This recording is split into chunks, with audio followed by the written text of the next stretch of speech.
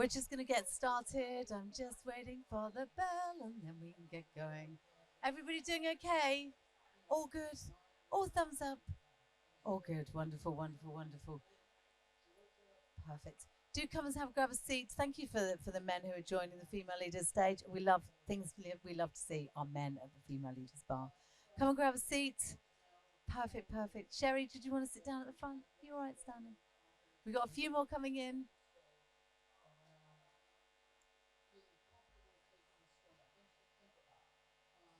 So we'll just wait one more minute. Wonderful. And then we can get going. So there's a few more spaces here at the front with headsets. Mary, you've got a headset? Wonderful. So we're carrying on with this has already been such a strong morning of content.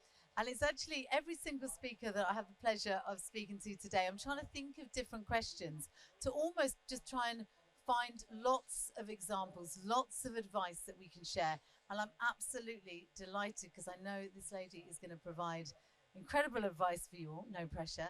So a big welcome to Tanwa Edu from Lumen. Welcome, welcome, welcome.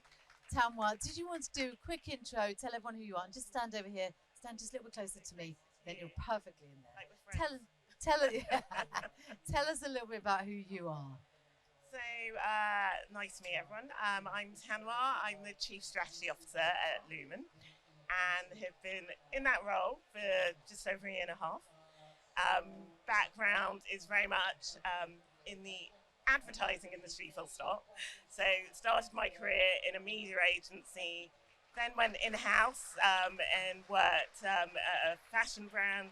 And then from that, went into the world of Lumen. So completely different, completely different in every shape and form. I couldn't be more different. And I'm always proud. And I know I shouldn't be because it should become more the norm, but I'm proud to see C-suite. I'm so proud to see also a woman in as a chief strategy officer because it's a hell of a big role. Daunting? Daunting if you just look at a title. If you look at the role it's meant to play, less daunting. And I think sometimes, and I will be quite general here, but sometimes I think as women, you can focus on the big title, you can focus on what you can't do, what you can't bring to the table, as opposed to focusing on what you do bring to the table. And it's important to remind yourself of that and know your worth in that perspective. I think it's knowing your worth, but it's also knowing what brings you joy. For you as a leader, what is it that kind of goes, this makes me happy? Is it strategy? Is that what wakes you up in the morning, making you smile? Do you know what? It's making things easier for the next generation. Really? Tell me more. So in your role or just in your day-to-day? Both. And I almost think there shouldn't be a disconnect between the person you are in a role and the person you are in life. And I think making it easier, I have to say, I've been, from the start of my career, surrounded by many incredible women and men who've really helped me and made a difference. And it would just be wrong not to give that back. So it's really interesting you raised that actually, because I know we have the pleasure of working with Mike Fowler, who's the CEO of Lumen, and I know a lot of the men there and the women there. So you're surrounded by really supportive people. What is it that they bring to you? How do they lift you up? Let's start with that first. Gosh, I think everyone having a voice, but I think lifting me up is by everyone having a different voice, which can be a good thing and can also be a thing that is challenging, but in a good way.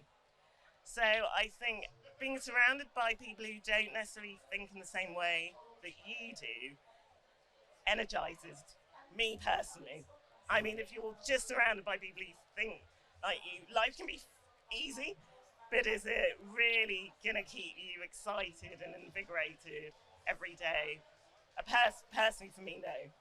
Okay, so let me ask in a different way, because you're surrounded by people with strong opinions. I know the people you're surrounded with, they've got strong, loud voices.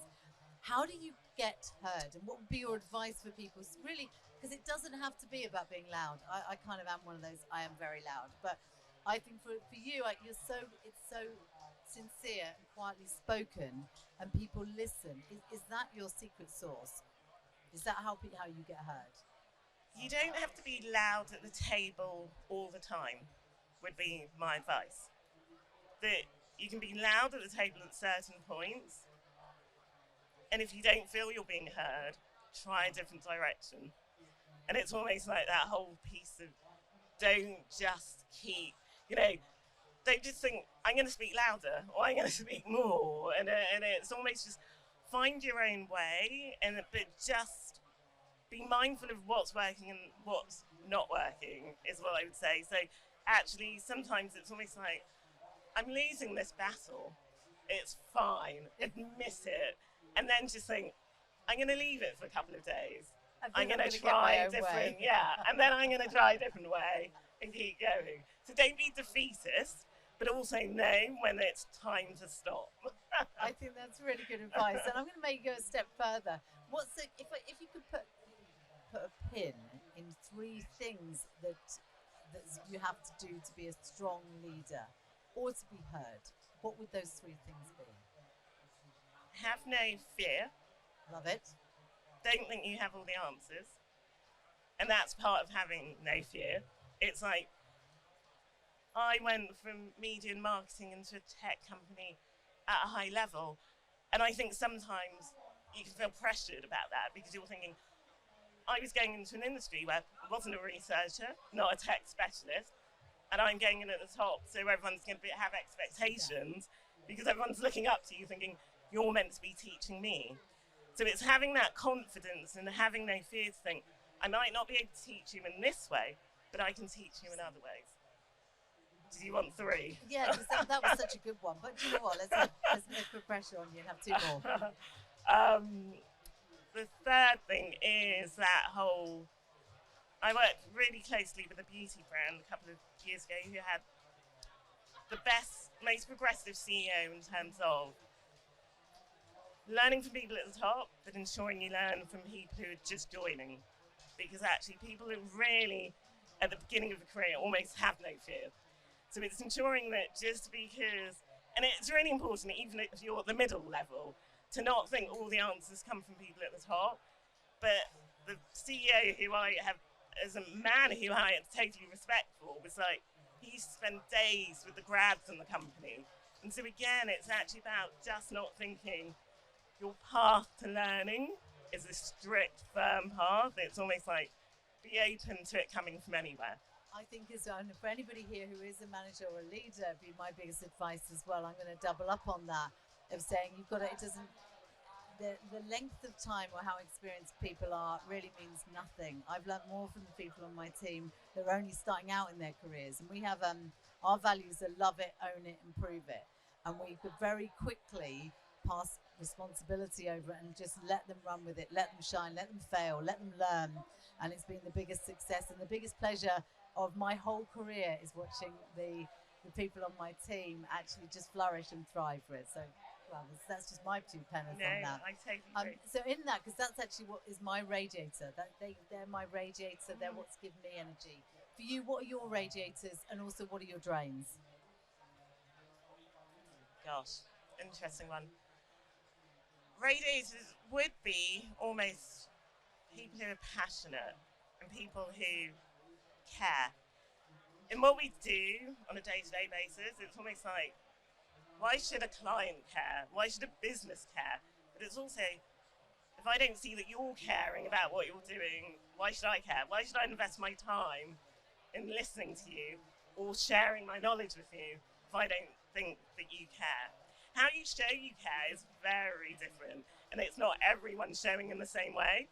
So it's not being dismissive of people if they don't speak or react in the same way that you would. It doesn't mean that they don't care, but it's literally just show me you care. And then if you care, I want to give you my time. I want to give you what I've learned. I want to invest in you. So I love that. I love that. That's what fills you up. So in which case, on the opposite end of the spectrum, what are your drains? What drains you of energy?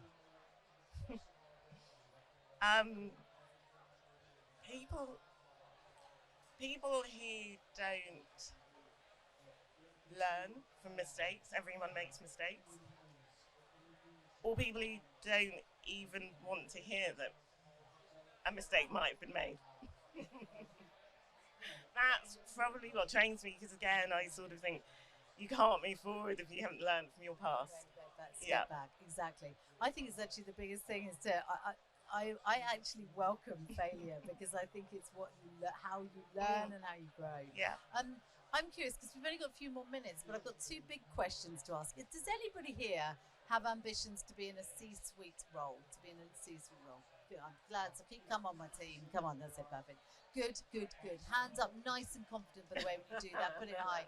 So, I'm going to go specifically a chief strategy officer. Day to day, what does the life of a chief strategy officer look like? Gosh, I would say you wake up and you think about the day, the immediate day, but you also think about what lies ahead. And it is, and then depending on what you're like, chief strategy officer is about the business, but it's also about the people. Because actually, without the people, you can't get the business the way you want to take the business. So your mind is constantly evolving around, yes, what's going to take our business to the next level, what's going to be of interest to clients not only today but the future. But actually, without the right people there, that's never going to happen. So what's also going to keep our team interested today and ready to deliver for the future? So it never stops. And then, the world we live and work in so fragmented, you're constantly learning. You're never going to have all the answers, but you need to ensure that you're constantly taking a step forward. You can take a step forward, 2 steps forward, and step back, that's fine, and you're still progressing. But you've just got to, Well, it must be working, because if anyone's seen, Lumen is the massive sponsors of the attention stage. They're clearly doing something right. Just on a practical level, why is attention suddenly hitting all the headlines this year? That seems to be the buzzword. Because it's genuinely offering a solution to a problem that the industry had. It's as simple as that. It's not about sort of something shiny and new. It's a genuine solution to a genuine problem. That's it. And I would also say, why Lumen within the attention space? Lumen brand values about being kind, honest, and brilliant. Brilliant, lots of people shout about. Kind and honest, I think, is what's hopefully going to give us the longevity for people to want to come on the journey with us. I really like that you're saying as a business it's about being kind, as a business as well as people. And I think that's something that everybody should take away. It's one of the strongest words. Tanwa Adu from Lumen, that's been amazing. Thank you so much for your time. Incredible. We will be back here in just 10 minutes' time with Holly McLennan from Boots. So do join me back here then. Thank you very much, Tanwa.